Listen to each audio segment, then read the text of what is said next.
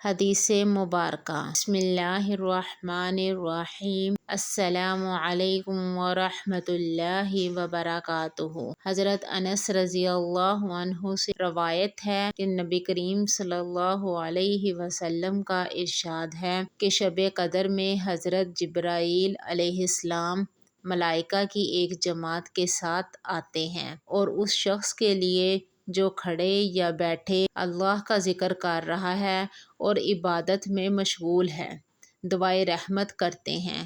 اور جب عید الفطر کا دن ہوتا ہے تو حق تعالی شانہ اپنے فرشتوں کے سامنے بندوں کی عبادت پر فخر فرماتے ہیں، اس لیے کہ انہوں نے آدمیوں پر طعن کیا، اور ان سے دریافت فرماتے ہیں کہ اے فرشتوں، اس مزدور کا جو اپنی خدمت پوری ادا کرے کیا بدلہ ہے؟ وہ عرض کرتے ہیں کہ اے ہمارے رب، اس کا بدلہ یہی ہے کہ اس کی اجرت پوری دے دی جائے۔